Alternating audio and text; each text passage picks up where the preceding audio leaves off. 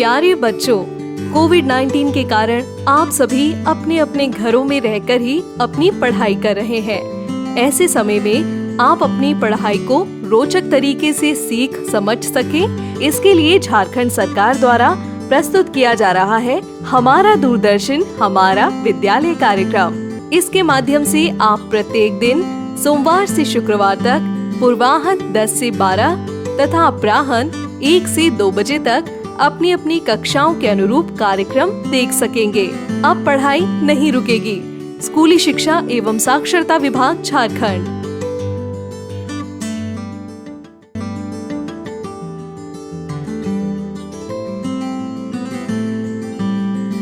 जोहार, JCERT की digital शाला में आपका स्वागत है। आज के सत्र में हम कक्षा 8 के अंग्रेजी विषय के पाठ stopping by the woods on a snowy evening के बारे में जानेंगे। Good morning students. How are you? You are fine. Today we are going to start our 4B poem Stopping by the Woods on a Snowy Evening written by Robert Frost.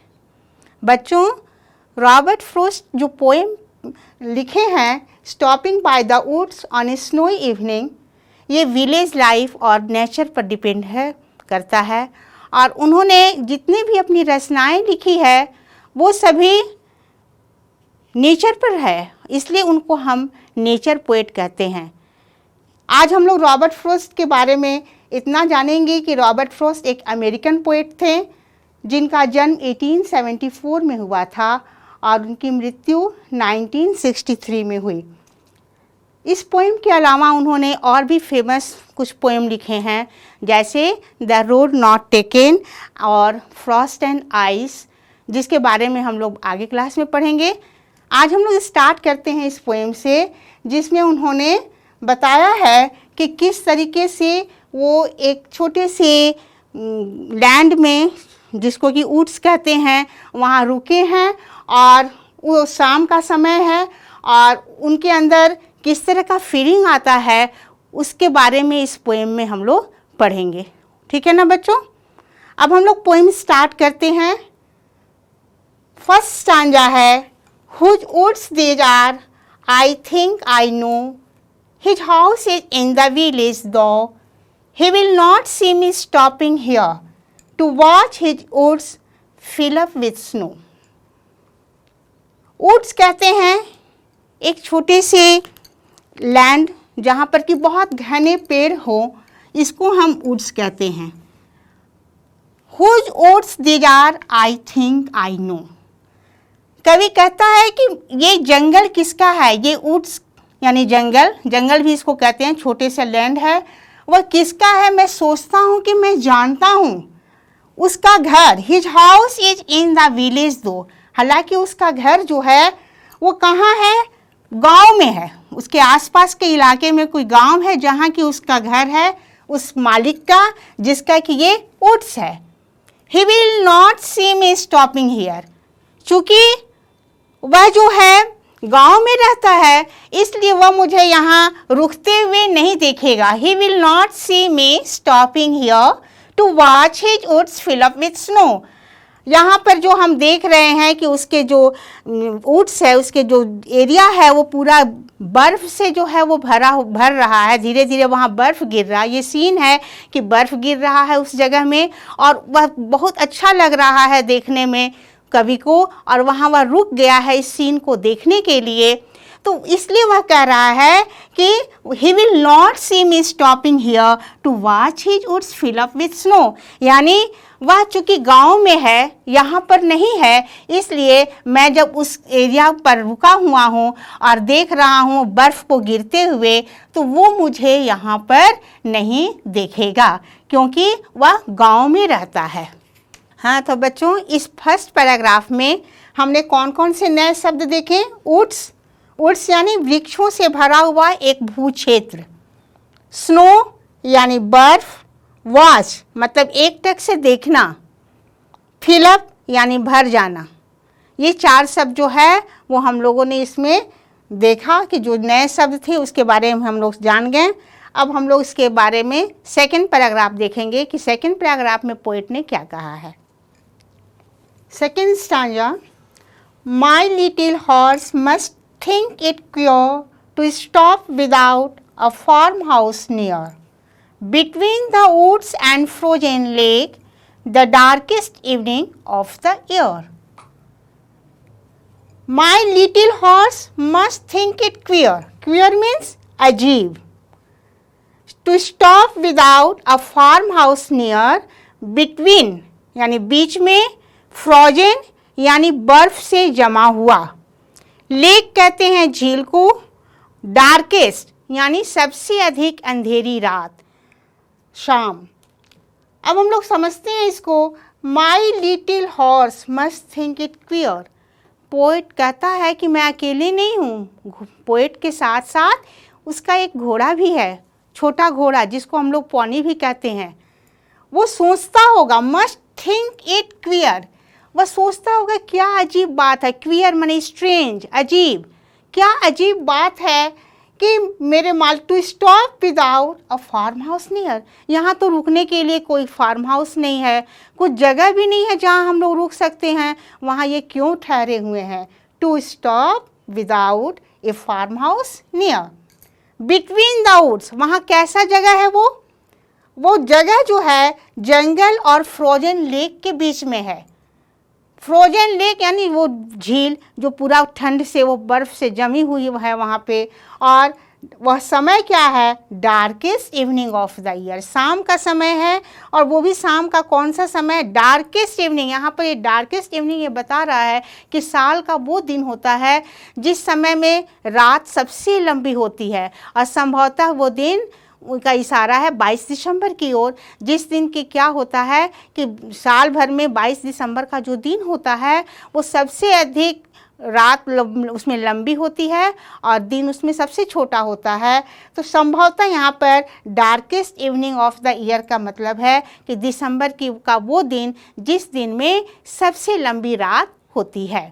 यानी इस second stanza में poet कह रहा है कि मेरा जो छोटा घोड़ा है वो भी इसी बहुत अजीब सोच रहा होगा कि क्यों यहाँ पर बिना फार्म हाउस के रुके हुए हैं, जहाँ सिर्फ जंगल है और झील जो कि बर्फ़ से जमा हुआ है, और रात जो है काफ़ी घनी है। यह सोच के घोड़े को भी काफ़ी अजीब लग रहा होगा। हो गया सेकंड स्टांजा, सबको क्लियर हो गया ना, कोई प्रॉब्लम नहीं। हाँ, अब हम लोग आगे बढ़ें।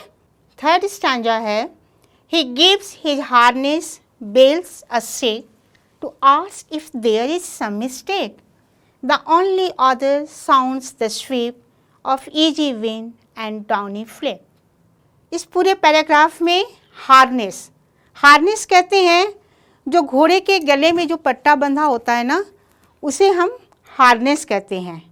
शेक माने हिलाना, मिस्टेक यानी भूल, कोई गलती, फ्लैक जो बर्फ़ के छोटे छोटे कण होते हैं ना जो गिरते हैं ज़मीन पे, तो उसे हम फ्लैक कहते हैं, और विंड माने हवा।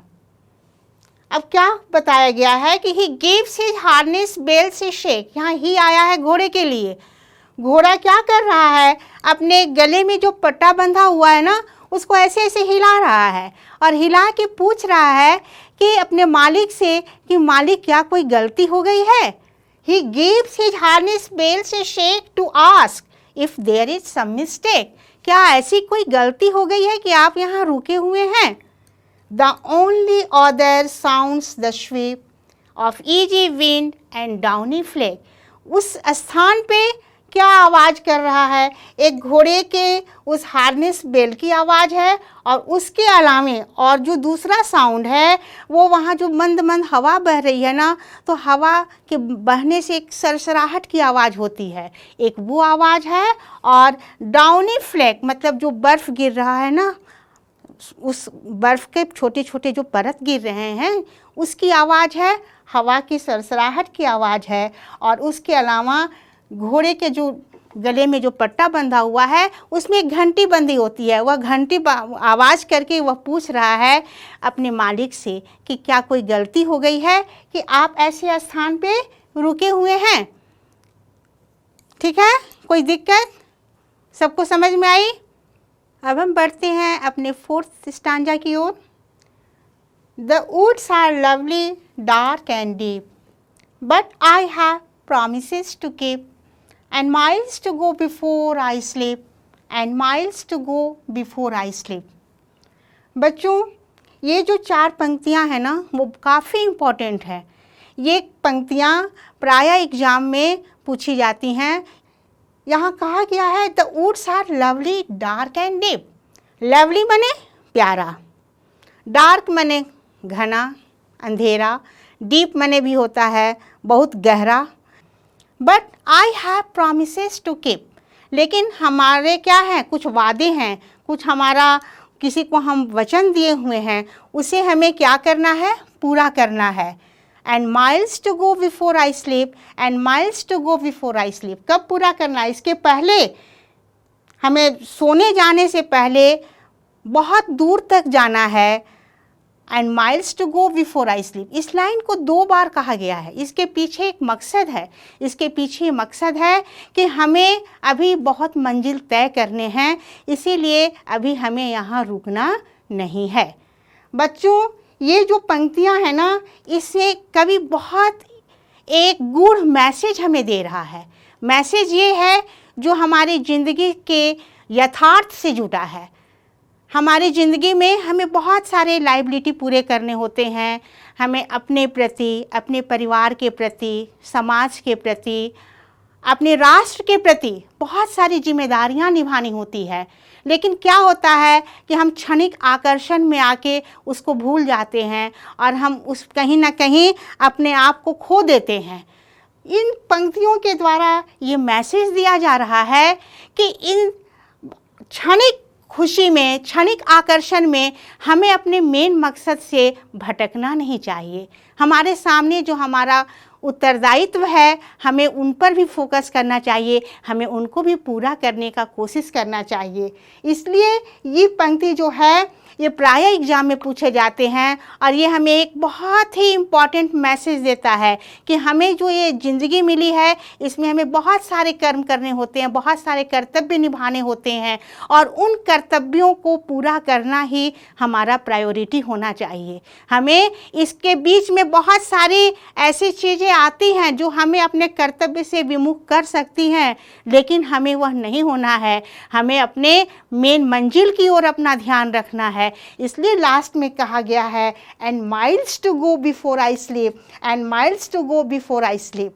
यहाँ स्लीप का मतलब होता है डेथ, यानी हमें अपनी ज़िंदगी की समाप्ति के पूर्व हमें बहुत सारे कार्य निभाने हैं और उन कार्यों को निभाने के लिए हमें कहीं अगर कुछ आकर्षण की चीज़ें भी मिल जाती है या कुछ ऐसा चीज़ मिल जाता है जो हमें बहुत प्रभावित करता है, आकर्षित करता है, तो हमें वहाँ पर बहुत ज़्यादा रुकना नहीं है, हमें अपने मंजिल की ओर ध्यान देना है। कहते हैं ना, आगे बढ़ते जाओ, आगे बढ़ते जाओ, उस चीज़ को हमें हमेशा अपने दिमाग में रखना है, ठीक है ना। इसलिए ये पोएम जो है हमें एक बहुत गूढ़ संदेश दे रहा है कि अपने ज़िंदगी में हमें अपने ज़िंदगी को काफ़ी सफल बनाना है। बच्चों, एक बार फिर से मैं पूरा पोएम पढ़ती हूँ जिसमें कि आप लोग को उसका अर्थ पता चल जाए और उसके बाद हम लोग इसका क्वेश्चन आंसर देखेंगे। Whose woods these are, I think I know, his house is in the village though, he will not see me stopping here to watch his woods fill up with snow. My little horse must think it queer to stop without a farmhouse near, between the woods and frozen lake, the darkest evening of the year. He gives his harness bells a shake to ask if there is some mistake. The only other sounds the sweep of easy wind and downy flake. The woods are lovely, dark and deep, but I have promises to keep, and miles to go before I sleep, and miles to go before I sleep.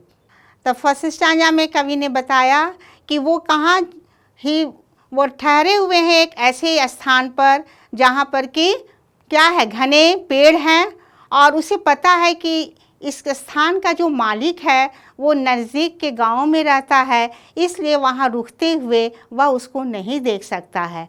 Second में क्या कहा गया कि माई little horse must think it clear, मेरा जो छोटा घोड़ा है वो अजीब सोचता होगा, ये सोचता होगा कि क्यों हमारे मालिक यहाँ रुके हुए हैं, यहाँ रुकने का कोई फार्म हाउस भी नहीं है, एक फ्रोजन लेक है, एक तरफ वुड है, तो ऐसे स्थान में मेरे मालिक क्यों रुके हुए हैं। ये छोटा सा घोड़ा जो उसका है, जिसको कि हम पॉनी भी कहते हैं, वो ऐसा सोच रहा है और इसीलिए वह क्या कर रहा है, अपने गले में बंधे हुए पट्टे को हिला रहा है, मानो ये पूछ रहा है अपने गेस्चर से कि क्यों आप यहाँ ठहरे हुए हैं।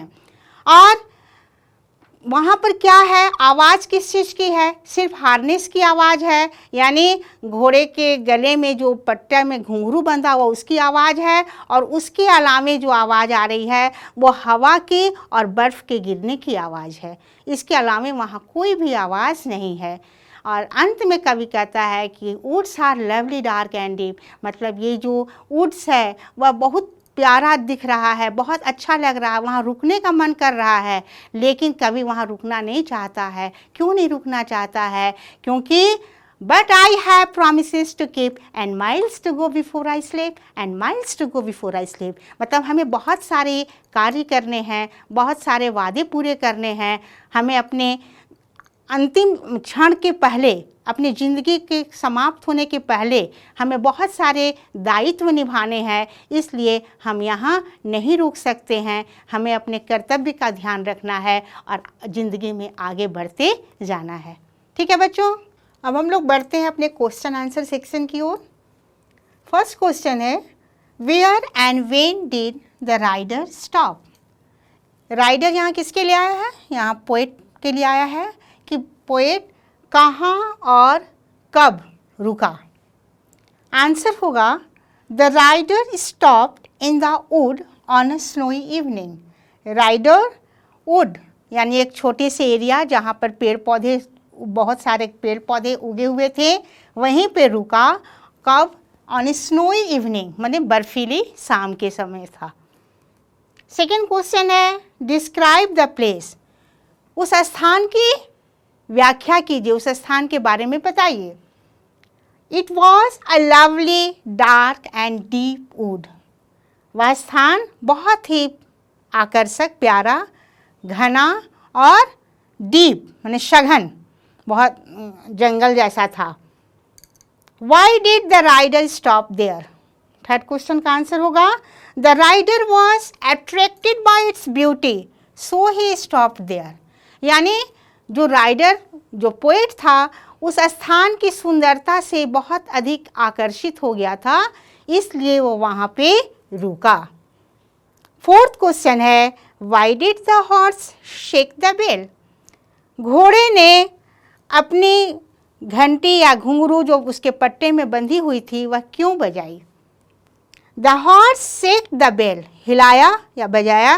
क्यों बजाया? क्योंकि वह पूछना चाहता था, to ask if he had stopped there by some mistake, यानी क्या वहाँ उसने कुछ गलतीवश, कुछ भूलवश वहाँ पर वह रुक गए हैं, क्योंकि वहाँ नज़दीक में कोई फार्म हाउस नहीं था, वह स्थान रुकने के उपयुक्त था ही नहीं। तो घोड़ा भी कंफ्यूज था, इसलिए वह पूछ रहा था कि क्या कुछ गलती हो गई है जो आप वहाँ रुके हुए हैं। ठीक है बच्चों, इस प्रश्न में हमें क्या करना है, match the word with their meaning, यानी शब्दों को उसके सही मीनिंग से मैच करना है। कॉलम ए में कुछ शब्द दिए गए हैं और कॉलम बी में कुछ शब्द दिए गए हैं। कॉलम ए के शब्द को कॉलम बी के वैसे शब्द से मैच करना है जो उसका सही सही अर्थ डिनोट करता हो। अब देखिए फर्स्ट जो वर्ड है वो है स्लम्बर। अब हम देखेंगे स्लम्बर का मतलब क्या हाउस होता है। स्लम्बर माने एक तरह से निंद्रा, सोना। स्ट्रेंज होगा, स्लीप होगा, मिस्टेक होगा, प्लीजेंट होगा, क्या होगा? तो हम देखते हैं कि स्लम्बर को हम स्लीप से मैच करेंगे, यानी सोना। सेकेंड वर्ड है एबोर्ड। अब एबोर्ड का क्या होगा? एबोर्ड का मतलब आप लोग जानते हैं, माने कोई निवास स्थल, कोई ठहरने का स्थान। तो अबाउट को हम यहाँ किससे मिला सकते हैं? तो अबाउट को हम मिलाएंगे हाउस से। हाउस माने भी होता है घर, रहने का जगह। थर्ड वर्ड हो गया एरर। कहते हैं ना इसमें कोई एरर है, एरर माने होता है गलती। अब हम सोचेंगे कि कौन सा वर्ड है जिसका कि मतलब गलती होता है। अब हमारे पास 3 वर्ड बच गए, स्ट्रेंज, मिस्टेक और प्लीजेंट। इन तीनों वर्ड में एरर से कौन सा शब्द मेल खाएगा? तो निश्चित रूप से एरर से मेल खा रहा है मिस्टेक। एरर माने भी गलती, मिस्टेक माने भी गलती। अब लवली और क्वियर 2 शब्द हमारे बच गए।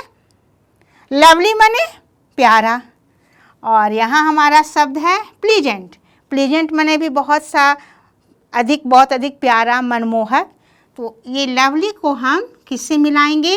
प्लीजेंट से। अब हमको लास्ट वर्ड बच गया क्वियर, और यहाँ है स्ट्रेंज। आपको बताए थे ना क्वियर माने क्या होता है? क्वियर माने होता है विचित्र, अजीब। तो ये क्वियर से हम मिलाएंगे स्ट्रेंज को।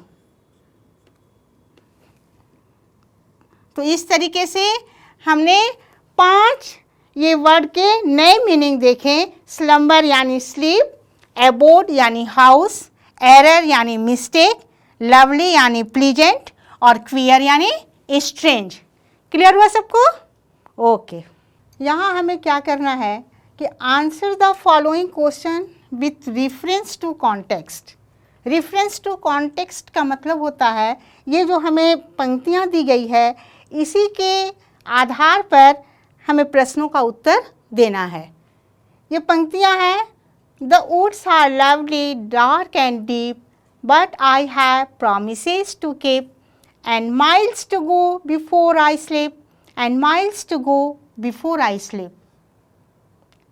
यानी जो वुड्स है वह काफ़ी प्यारा है, घना अंधेरा वहाँ पर है, बहुत सघन है, लेकिन आई हैव promises to keep, मुझे बहुत सारे प्रॉमिस पूरा करने हैं इसके पहले कि मैं सोने जाऊं। Miles to go before I sleep, माने मेरे सोने जाने से पहले मुझे बहुत सारे मील की दूरी तय करनी है, इसलिए हमें क्या करना है? आगे बढ़ना है।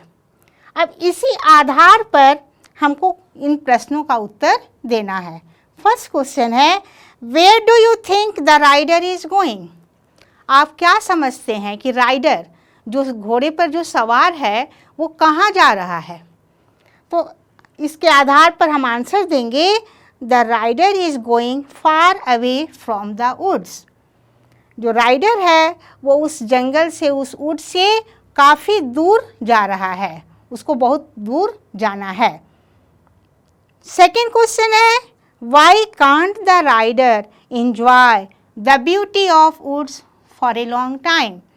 जो राइडर है, जो सवार है, वो बहुत लंबे समय तक उस वुड्स की ब्यूटी को क्यों नहीं परख सकता है, उसका आनंद उठा सकता है? तो बच्चों इसका आंसर क्या होगा? The rider can't enjoy the beauty of woods for a long time. वह बहुत लंबे समय तक वहाँ पर उसका आनंद नहीं उठा सकता है, उस लवली स्थान का निहारने का आनंद नहीं उठा सकता है। इसलिए नहीं उठा सकता क्योंकि he has to cover a long distance before night. वो शाम का समय है और रात्रि होने के पहले उसको बहुत ज़्यादा दूरी तय करनी है। अगर वो वहाँ रुके रह जाएगा तो उसको आगे जाने में परेशानी होती, इसलिए वह वहाँ पर ज़्यादा समय तक नहीं रुक सकता। तो ये जो हमारी पंक्तियाँ हैं, यहाँ पर इस पंक्तियों के आधार पर हमने यहाँ पर इस उत्तर को देना है हमें। और ऐसे इसका जो मीनिंग था, जो गूढ़ मीनिंग था, जो इसका उद्देश्य था, वो मैंने आप लोग को बता ही दिया है कि इसका उद्देश्य ये है कि हमें अपने ज़िंदगी में हमेशा आगे अपने उद्देश्य की पूर्ति के लिए आगे बढ़ना है। क्षणिक चकाचौंध में हमें रुकना नहीं है। ठीक है? ओके। इस प्रसारण से संबंधित सुझाव, अपने प्रश्न इत्यादि आप हमें jcertrg@gmail.com तथा टोल फ्री नंबर 1800 5728585 पर संपर्क कर सकते हैं।